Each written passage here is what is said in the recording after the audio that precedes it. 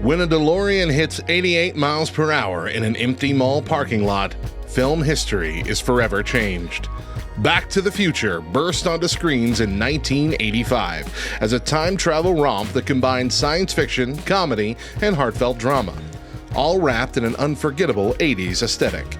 Directed by Robert Zemeckis and produced by the then up-and-coming Steven Spielberg, the movie wasn't just a hit, it became a cultural phenomenon.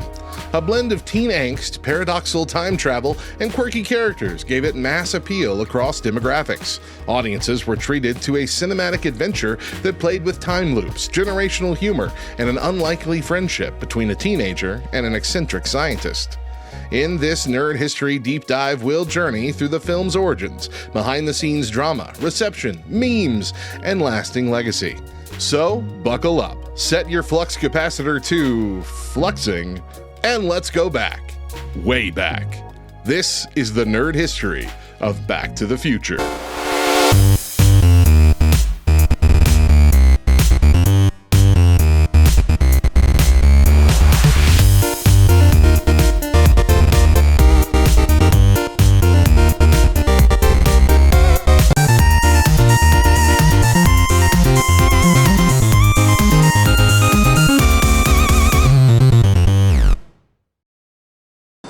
I don't know how, but they found me. The spark for Back to the Future ignited when screenwriter Bob Gale discovered his father's high school yearbook while visiting his parents in Missouri. The whimsical question struck him: would he have been friends with his dad if they were teenagers at the same time? This single idea, rich with narrative potential, led to brainstorming sessions with frequent collaborator Robert Zemeckis. At the time, Zemeckis was still establishing himself in Hollywood, coming off the underwhelming box office performance of Used Cars. Studios hesitated on the time travel script, calling it too wholesome, especially in an era dominated by raunchier teen comedies like Porky's. In total, over 40 studios passed on the script before Universal finally bit, but only after Zemeckis had scored a hit with Romancing the Stone, proving his directorial mettle. With Steven Spielberg on board as executive producer, the movie finally got the green light. Filming began in late 1984 in Southern California, but midway through production, a major shakeup occurred. Eric Stoltz, originally cast as Marty McFly, delivered a performance Zemeckis felt was too dramatic for the film's tone. Recasting with Michael J. Fox, who was already beloved for Family Ties, required reshooting large chunks of the film and carefully working around Fox's busy sitcom schedule. It was a gamble, but one that would ultimately define the film's charm.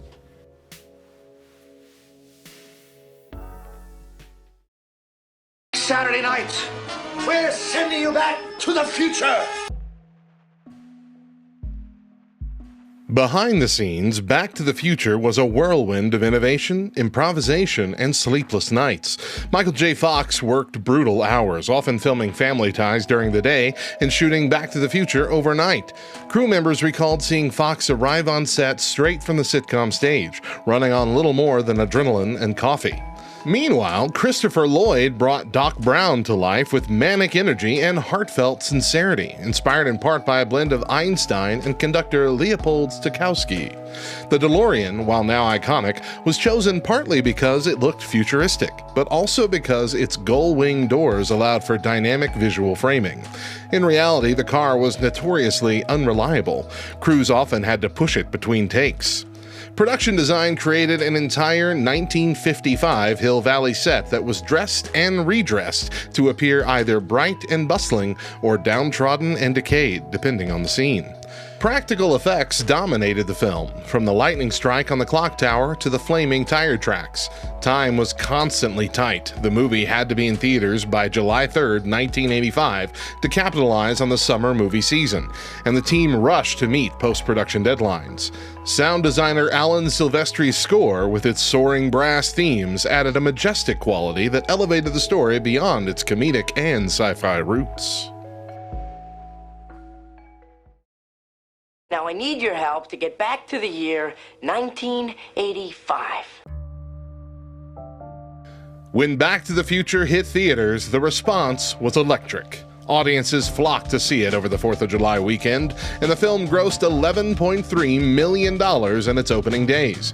Its box office legs were remarkable, remaining the top-grossing film for 11 of the next 12 weeks, and eventually becoming 1985's highest-grossing film. Critics praised the film's perfect blend of humor, heart, and high-concept science fiction. Roger Ebert lauded the film as a delightful fantasy, singling out Fox's charismatic performance and Lloyd's madcap brilliance. Viewers of all ages connected with the story. Teenagers related to Marty's frustrations, while parents were intrigued by the nostalgic portrayal of 1950s Americana. The film's time travel logic, though playful, was coherent enough to invite repeated viewings. It even earned an Academy Award for Best Sound Effects Editing, along with 3 other nominations, including Best Original Screenplay. Despite a few critics who found the film overly broad, the consensus was clear. Back to the Future was a lightning bolt of originality. Generate the 1.21 gigawatts of electricity. 1.21 gigawatts!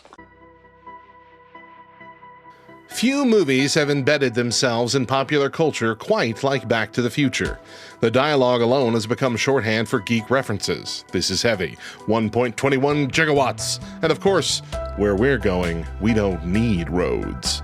These lines have appeared in everything from The Simpsons to Rick and Morty, the latter being a spiritual homage to Doc and Marty.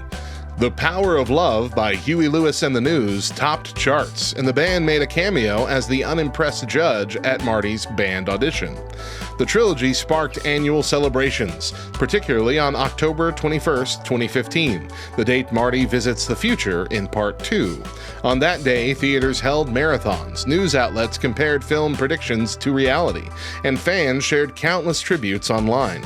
The film's iconography, from the flux capacitor to the Twin Pine Mall sign, has been endlessly merchandised, memeified, and homaged. More recently, the story found new life as a musical, debuting in London's West End and winning the Laurence Olivier Award for Best New Musical before transferring to Broadway. I am an extraterrestrial from the planet Vulcan. The journey of Back to the Future is filled with quirky facts and near misses. In early drafts, the time machine wasn't a car at all. It was a stationary device housed inside a refrigerator. This idea was scrapped partly to avoid encouraging children to crawl into household appliances. The title was almost changed, too. A Universal executive famously hated Back to the Future and suggested the bizarre alternative, Spaceman from Pluto, prompting Spielberg to mock the memo so thoroughly that the title remained unchanged. Eric Stoltz, despite being recast, remains a part of the film. Some wide shots still feature him in the role. The DeLorean's 88 miles per hour threshold was chosen because it sounded scientifically plausible and visually satisfying for special effects. During the clock tower sequence, the climactic lightning strike wasn't fully rendered in time for early screenings, but audiences responded so positively that the team knew they had a hit. Fox and Lloyd had such chemistry that many of their interactions were loosely improvised, and Lloyd famously never memorized the script, preferring to react organically to the scene. Give me a Pepsi free. You want a Pepsi, pal? You're gonna pay for it. Despite its popularity, Back to the Future had its share of controversies. Chief among them was the mid-shoot recasting of Eric Stoltz. The production had invested weeks in shooting scenes with him, and his replacement was a costly and politically delicate decision. Some crew members reportedly felt loyal to Stoltz and resented the shift, though the final product vindicated Zemeckis' instincts. Another flashpoint came much later, with fans clamoring for a fourth movie. Co-writer Bob Gale has adamantly refused, citing the trilogy's complete arc and warning against diluting its legacy. He famously joked, "Only over my dead body," when asked about sequels. Some modern viewers have critiqued the film for its portrayal of teenage romance, especially the awkward scenes involving Marty's mother unknowingly flirting with her son. While intended as humorous and surreal, these scenes have sparked debate among newer audiences. Additionally, the product placement in the trilogy, ranging from Pepsi to Nike, has drawn attention, though it was a standard Hollywood practice. Ultimately, none of these issues significantly diminished the film's beloved status. That was the day I invented time travel.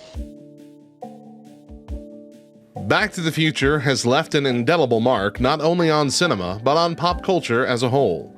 It was inducted into the National Film Registry in 2007, recognized for its cultural, historical, and aesthetic significance. Its influence stretches across genres. Countless films and shows have borrowed its time travel tropes, from Avengers Endgame to Stranger Things. The DeLorean has become shorthand for time travel itself, even for those who haven't seen the film. The trilogy's arc, blending science fiction with personal growth and intergenerational dynamics, set a new standard for what family-friendly adventure films could be. Educational settings have used scenes from the film to explore theoretical physics, narrative structure, and cultural analysis.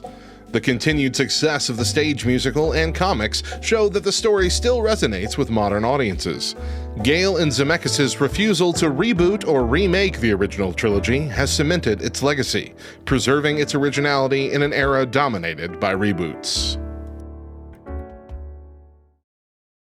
Roads? Where we're going, we don't need roads.